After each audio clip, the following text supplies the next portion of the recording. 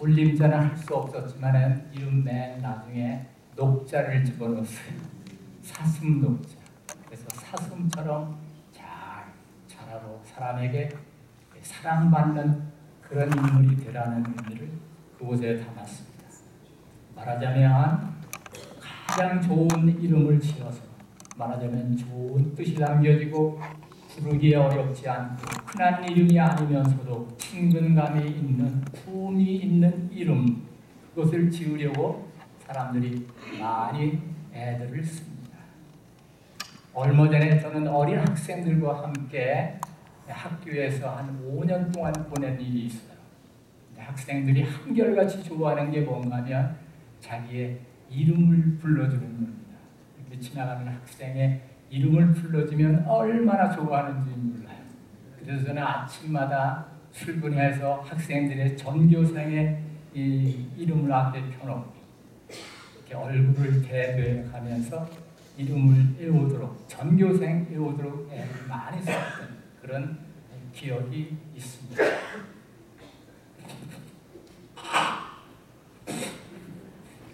죄송합니다. 그런데요, 여기 자기 이름을 정말 싫어하는 사람이 한 사람 등장을 합니다. 자기 이름을 부르면 오히려 찔끔합니다. 그는 20년 동안 외삼촌 나반에 집에 있었는데 그 기간 동안 한 번도 스스로 나의 이름은 야곱입니다 라고 말한 기록이 성경에 나타나지를 않습니다. 그런 이름을 말할 수가 없었는데 그의 이름은 뜻이 속이는 자, 사기꾼이라는 그런 의미를 가지고 있어요. 또는 아케브, 발꿈치를 붙잡은 자란 뜻으로부터 그의 이름이 파생됐습니다. 그는 실제로 손으로 자기 형의 발꿈치를 붙들고 태어난 정말 뱃속부터 남의 다리를 거는 그런 성신을 가지고 태어난 사람이라고 볼 수가 있겠습니다. 만약 야곱의 삶이 정직했더라면 그의 이름을 사용하는데 불편함이 없었을 거라고 생각을 합니다. 그러나 자기 이름을 부르면 상처가 되고 찔리는 부분이 있어서 그는 가능하면 자기의 이름을 숨기면서 살아온 사람이었습니다. 그런 아버지 형을 속이고 도망 나온 사람입니다. 그래서 자기를 소개할 때 제 이름은 야곱입니다 라고 말을 하지 않고 있었던 겁니다. 그래서 자기를 소개할 때는 항상 뭐라고 얘기를 하는 겁니까? 불러댑니다. 저는 리브가의 아들입니다. 또는 저는 라반의 조카입니다. 이런 식으로 자기의 이름을 얘기했다고 볼 수가 있겠어요. 창세기 27장에 보면 에서의 모습으로 분장한 야곱이 축복을 받기 위하여 아버지 방으로 들어갑니다. 자신의 팔과 목에 양털을 붙이고 형의 냄새가 배어있는 옷을 입고 구운 염소고기를 들고 아버지 앞에 더 나타납니다. 아버지는 사냥 나간 에서에게꺼니 생각을 하고 그를 맞습니다. 그런데 사냥은 시간이 걸리고 짐승을 잡아 요리하는데 더더욱 많은 시간이 걸리는데 생각보다 빨리 들어왔어요.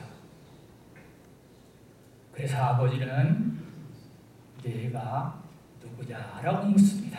앞을 볼 수 없는 아버지가 더듬거리면서 들어온 사람에게 내 이름이 누구지? 내가 누구냐라고 묻습니다. 여기 내가 누구냐라고 하는 이 질문은 단순히 이름을 묻는 질문이 아닙니다. 이것은 하나님께서 야곱에게 너 지금 무엇하는 것이냐?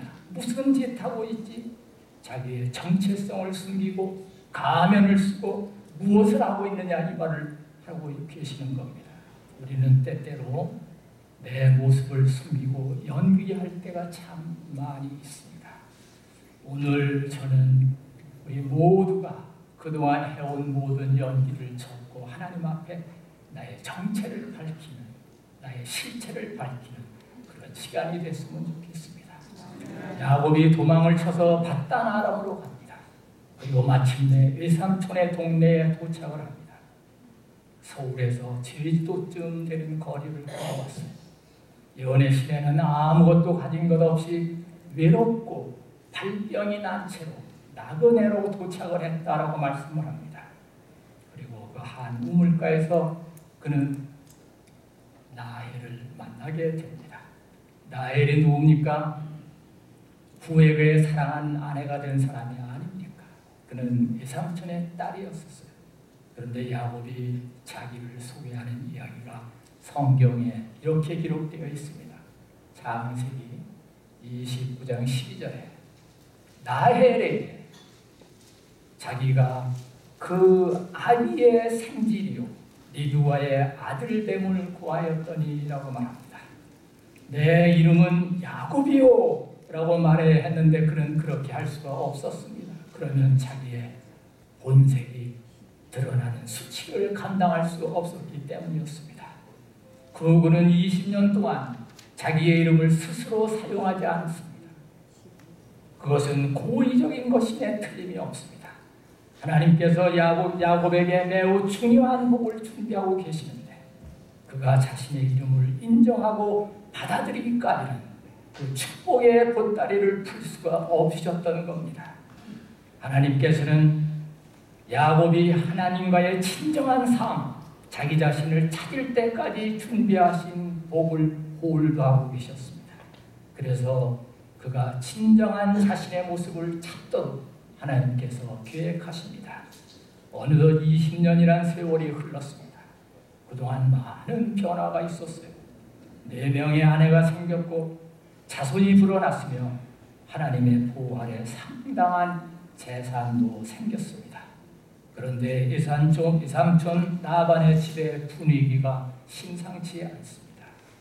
라반의 자식들인 이 사촌들이 야곱이 우리 아버지의 재산을 다 뺏고 우리 아버지의 소유로 인하여 거부가 되었다라고 서로 얘기를 나눕니다. 불평하는 소리를 듣게 됩니다. 라반의 안색도 전과 같지가 않습니다. 라반은 잡신을 섬기는 사람이었어요.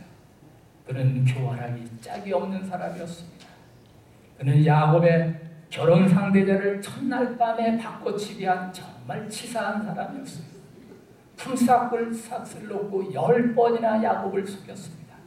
요새 말로 하면 정말 갑질이 아주 심한 악덕 업주라고 볼 수가 있겠어요. 속이기로 말하면 야곱보다 높은 곳에 있는 사람이었습니다. 하나님께서는 남을 속이는 것이 얼마나 깊은 상처를 남기는지를 야곱에게 철저히 그 스승에게 배우도록 하시는 겁니다. 그는 도망지에서 철저한 교육을 받습니다.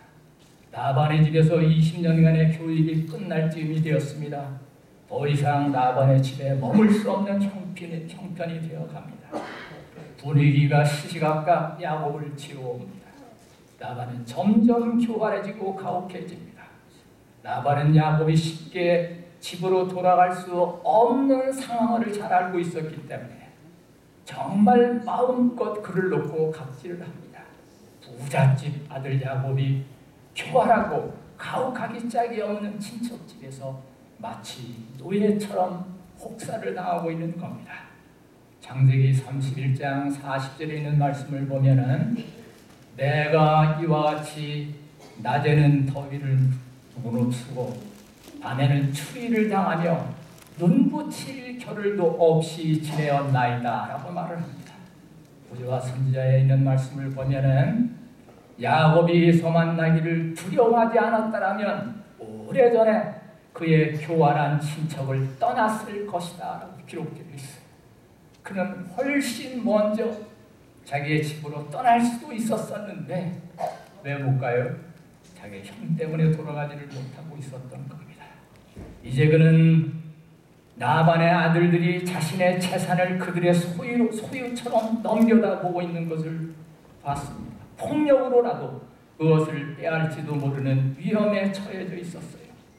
야곱은 큰 당혹감으로 이 난국을 어떻게 해결해야 할지를 고민하게 됩니다.